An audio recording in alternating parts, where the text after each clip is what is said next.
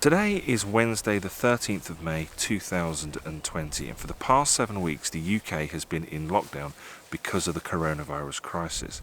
But today is the first step in lifting some of those restrictions, and I'm out filming in the field, almost literally, for the first time since the end of March.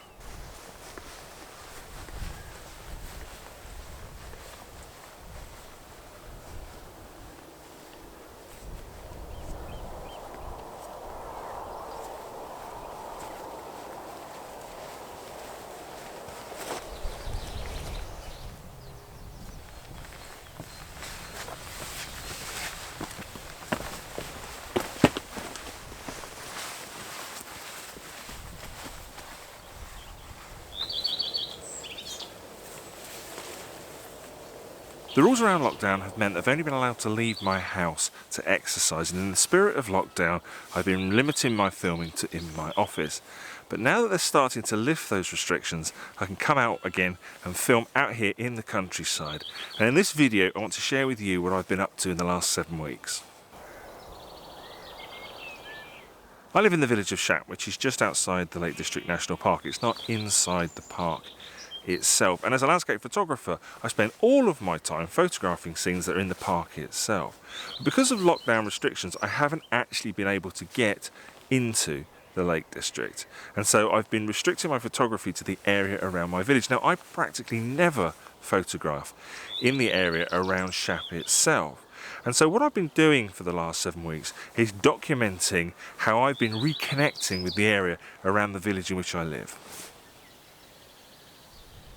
One of the things that's changed for me since I went full-time as a landscape photographer at the end of last summer is that I can now no longer go for more than a couple of days without taking a photograph. If I go for longer than that, I start to get really restless. It's become such a huge part of my life. And before I went full-time, I used to work in IT, and I would spend most of my week up in Scotland, and that meant that I would only ever really take photographs on a Saturday morning, so a whole week would go by in between me taking images. But now, at most, it's a couple of days, and that's been my main motivation for getting out and exercising.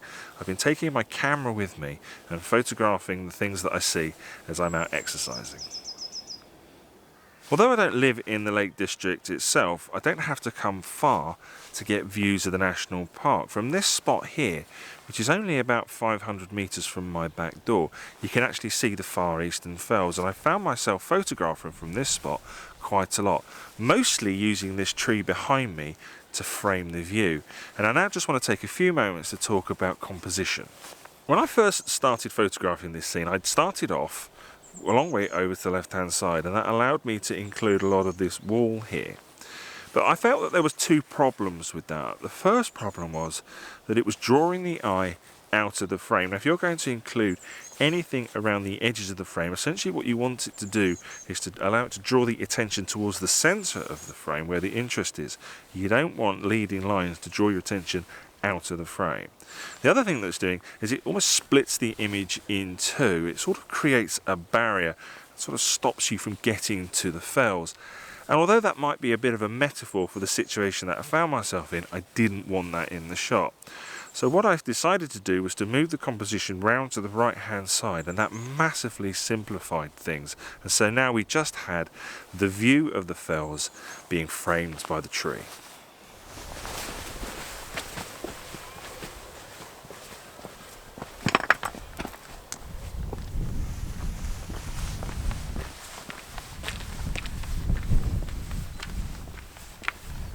Generally, my daily walk has brought me out of the village and down to the little hamlet of Keld, past the National Trust Chapel and out the other side to this point here, the bridge crossing the River Lowther. Now this is a really important waypoint on my daily walk because this marks the boundary to the Lake District National Park. On this side of the river we're not in the national park, and on the other side of the river we are.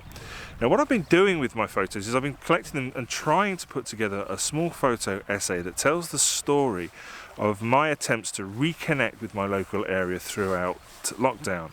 And this is a shot that really should feature. This is a really important part of it. But so far I haven't been able to get a shot that I'm happy with. So I'm just going to spend a few moments exploring a few different angles and see if I can't get a shot of this bridge for that little photo essay. The composition that I'm trying this morning uses the road as a lead-in line to draw the eye up to the bridge in the midground. The edge of the road is a very strong line, and then behind the bridge we've got the road leading off into the distance, and you've got the fells in the far distance. The thing I don't like about this composition is that the bridge and the river, which are supposed to be the primary subjects, probably aren't prominent enough in the frame, and so I may have to try another angle at another time.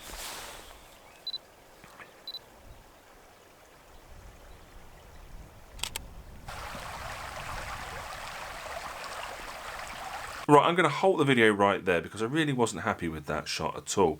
The bridge is supposed to be the primary subject of the photograph, but it just isn't prominent enough in the frame. It sits there in the middle of the image in a kind of mess of mid-tones. There just isn't enough contrast for the shot to work.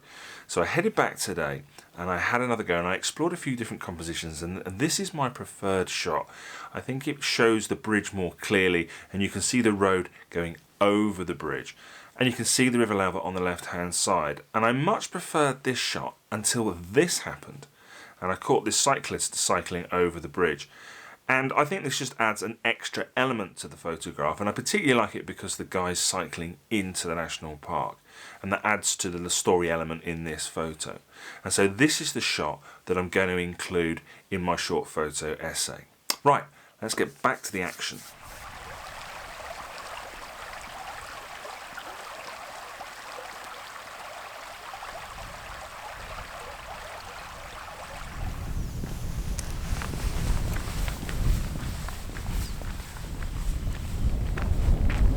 If I follow the road out of Keld, I eventually get to this point here on the concrete road that joins the Haweswater Reservoir to the Wet Sleddle Reservoir.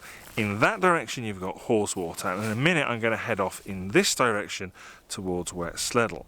Now the concrete road is owned and maintained by United Utilities. It's a private road. You're not actually supposed to drive on it, but you can walk on it.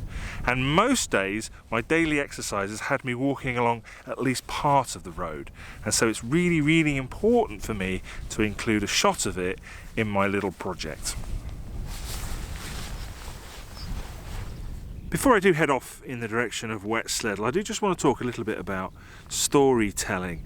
You may have seen recently I put out a video about the great life photographers, the great photographers of Life magazine.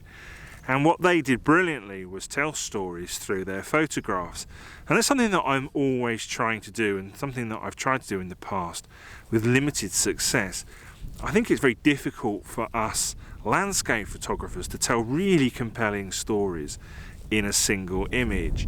But I think it can help us if we combine a set of images together to create a photo essay. So that's what I'm intending to do with my photos that I've taken during lockdown. Now, if that photo essay has been completed, I will put a link in the description below so you can go and check it out. But generally what I do when I create a photo essay is essentially select somewhere between 5 and 20 images that combine to tell a story. And I don't add too many words to them. What I simply try to do is just to caption the images using no more than 1 or 2 sentences. And as you read through those captions and you look at the images, that should tell a story. And that's what I'm going to try and do with my images from lockdown. I'd also like to take this opportunity to explain a little bit about what I'm going to be doing over the next few weeks. Now, although they have started to lift the lockdown restrictions here in the UK, I don't want to get too carried away, so I'm not going to go charging straight out into the national park. I want to continue to spend my time photographing my local area. The general rule that I'm setting for myself over the next couple of weeks is that I want to get out as often as I possibly can, but I'm not going to use my car. So anything that I want to go out to photograph, I have to be able to get to on foot. So that is going to severely limit me to the area around where I live, the area that I've already been shooting. But I think the first step for me getting back to normal is just getting out into the field regularly and creating these videos. And as I say, I don't want to go charging off into the national park. I want to just take my time and just see how this lockdown unfolds.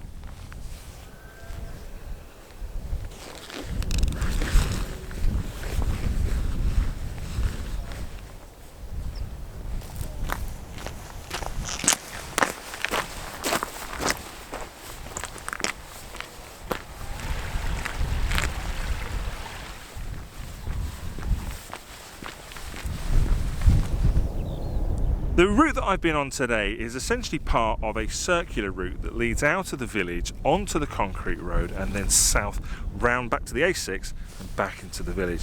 And that's what I'm going to do now. I'm just going to follow this route back home. But before I go, I do just want to share with you this little composition here. Now obviously the concrete road has been very, very important to me as part of my daily exercise during lockdown. So I had to include a shot of it in my project. And this is a shot I took on the very first day of lockdown. It's of this lovely S-curve that snakes off into the distance. And who doesn't love an S-curve? I mean, I certainly do. But the thing I also like about this shot is the limestone works in the top left-hand corner. And those limestone works Shap's actually quite famous for. It's now owned by Tata Steel. And by including that there in the top left-hand corner, it just adds a little bit of context to the scene, so you know exactly where in the world we are. So that's just about it from me for today. I hope you'll join me again for future videos when I'll be exploring more of the area around where I live. And hopefully it won't be too long before I can get back out into the national park itself.